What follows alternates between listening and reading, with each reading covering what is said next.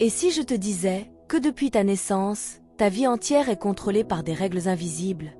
Que chaque choix que tu crois libre a en réalité été dicté par des mécanismes psychologiques dont tu ignores l'existence?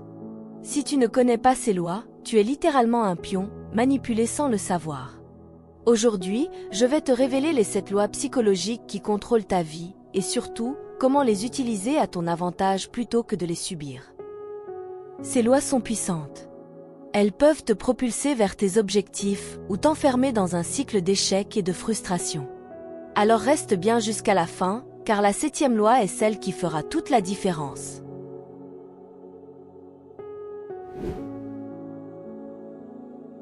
Loi numéro 1. L'effet de cadrage. Cette loi dit une chose simple, mais terrifiante. Ce n'est pas la réalité qui influence tes décisions, mais la façon dont cette réalité est présentée. Imagine 2 médecins. Le premier te dit, cette opération a 90% de chances de réussite. Le second te dit, cette opération a 10% de chances d'échec. C'est exactement la même statistique, mais tu te sens beaucoup plus rassuré avec le premier. Pourquoi? Parce que ton cerveau réagit plus fort à la manière dont une information est cadrée qu'à l'information brute. Et c'est là que ça devient dangereux. Les publicitaires, les politiciens et même tes proches utilisent consciemment ou non l'effet de cadrage pour influencer tes choix. Un vendeur ne te dit pas cette voiture coûte cher, il te dit cette voiture est un investissement pour ta sécurité et ton confort. Un leader politique ne parle pas de taxes, mais de contribution à la solidarité nationale. Même toi, tu utilises ce biais sans le savoir. Quand tu te dis « je dois arrêter de perdre mon temps » au lieu de « je vais investir mon temps pour avancer », tu changes radicalement ta motivation. Comment utiliser cette loi à ton avantage? Reformule tes problèmes. Au lieu de te dire « je suis bloqué », dis « je suis en train d'apprendre une nouvelle compétence ». Choisis tes sources d'information. Expose-toi à des contenus qui cadrent la réalité de façon constructive, pas anxiogène. Quand tu persuades quelqu'un, présente toujours les avantages avant les inconvénients. L'effet de cadrage peut faire la différence entre l'action et l'inaction, entre la peur et la confiance. Apprends à repérer comment les autres cadrent leurs messages et surtout, choisis comment toi tu cadres ta propre vie. Loi numéro 2. L'effet Zeigarnik. Ton cerveau déteste le vide, surtout quand il s'agit d'une tâche incomplète. C'est ce que la psychologue Bluma Zeigarnik a découvert. Nous retenons mieux les choses inachevées que celles que nous avons terminées. C'est pour ça que tu te souviens de cette série Netflix dont tu n'as jamais vu la fin, mais que tu as oublié le film que tu as terminé il y a un mois. C'est pour ça que certaines chansons incomplètes restent coincées dans ta tête. Les marketeurs exploitent ça à fond. Les séries se terminent toujours sur un cliffhanger. Les vidéos YouTube gardent le meilleur pour la fin. Les formations en ligne te laissent volontairement avec une question ouverte pour te pousser à revenir.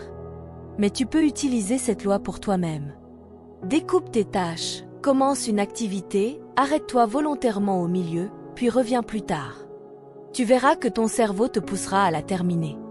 Utilise le suspense dans ta communication. Quand tu racontes une histoire, laisse un élément en suspens avant de révéler la conclusion. Pour apprendre, laisse un chapitre ou un exercice non terminé, ton esprit restera accroché et reviendra plus motivé. Le piège, c'est que cette loi peut aussi te piéger. Les réseaux sociaux exploitent ton besoin de compléter l'information en te poussant à scroller encore et encore. Résultat, tu restes connecté bien plus longtemps que prévu. Petite pause. Depuis quel pays regardez-vous cette vidéo? Dites-le nous en commentaire. Et si vous voulez me motiver à partager encore plus de vidéos inspirantes, aimez cette vidéo et abonnez-vous. Loi numéro 3. La loi de l'exposition répétée, Mere Exposure Effect. Ton cerveau a une stratégie très simple pour décider ce qu'il aime. Plus tu es exposé à quelque chose, plus tu l'apprécies. Peut-être qu'au début, une chanson te semblait banale, et puis après l'avoir entendue 10 fois, elle est devenue ta préférée. Cette loi explique pourquoi certaines idées, marques ou visages te paraissent familiers et donc fiables. En réalité, ce n'est pas qu'ils sont meilleurs, c'est juste que ton cerveau associe la répétition à la sécurité. Les publicitaires dépensent des millions pour te montrer la même pub encore et encore. Les influenceurs publient tous les jours pour que tu aies l'impression de les connaître. Comment utiliser cette loi pour changer ta vie? Expose-toi à tes objectifs chaque jour, mets tes ambitions sous forme de post-it, de fond d'écran, de rappels visuels. Fréquente les bonnes personnes. Plus tu es en contact avec des gens qui incarnent ce que tu veux devenir, plus ton cerveau s'y habitue et accepte cette nouvelle identité. Répète consciemment les messages positifs que tu veux intégrer, affirmations, lectures, vidéos inspirantes. Le piège? Tu peux aussi t'habituer au négatif. Si tu passes ton temps à écouter des discours pessimistes, ton cerveau va les normaliser. L'exposition répétée est une arme à double tranchant. Choisis bien ce à quoi tu t'exposes. Loi numéro 4. L'aversion à la perte. Les êtres humains détestent perdre, bien plus qu'ils n'aiment gagner. Des études montrent qu'une perte provoque une douleur émotionnelle 2 fois plus forte qu'un gain équivalent ne procure de plaisir. Tu peux donner 100 € à quelqu'un et le rendre heureux. Mais lui retirer ces 100 € le rendra beaucoup plus malheureux. Les vendeurs le savent, profitez de cette offre maintenant, sinon elle disparaît. Les réseaux sociaux l'exploitent, quelqu'un vous a retiré de sa liste d'amis. Les jeux vidéo l'utilisent, vous perdez votre progression si vous quittez. Tout est conçu pour t'éviter cette sensation insupportable de perdre. Cette loi te pousse à rester dans des relations toxiques par peur de perdre le temps investi. Elle te retient dans un emploi que tu détestes par peur de perdre ta stabilité. Elle te fait acheter des choses inutiles pour ne pas rater une affaire. Le plus pervers? Ton cerveau dramatise la perte, même quand elle est minime. C'est un héritage de nos ancêtres. Dans un environnement hostile, perdre de la nourriture ou un abri pouvait être fatal. Aujourd'hui, la même mécanique s'applique, mais à des contextes modernes. Pour inverser cette loi, il faut reprogrammer ton esprit. Redéfinis la perte, ce que tu perds maintenant peut être un gain à long terme. Quitter un job toxique, c'est perdre un salaire mais gagner ta santé mentale. Entraîne-toi au détachement, libère-toi volontairement de petites choses pour prouver à ton cerveau que tu peux survivre. Retourne l'aversion à ton avantage. Si tu veux te motiver, imagine ce que tu perds si tu n'agis pas. Souviens-toi, ce n'est pas la perte réelle qui te paralyse, c'est la perception que tu en as. Loi numéro 5. La loi de la consistance cognitive. Imagine que ton cerveau est comme un logiciel qui déteste les contradictions. La loi de la consistance cognitive dit que nous faisons tout pour rester en accord avec ce que nous pensons, disons ou faisons, même si cela nous nuit. Par exemple, si tu dis à tout le monde que tu détestes lire, il sera beaucoup plus difficile pour toi de prendre un livre, même si au fond tu veux changer, parce que ton cerveau veut rester cohérent avec l'image que tu as donnée. Ce mécanisme peut te piéger, mais aussi te libérer.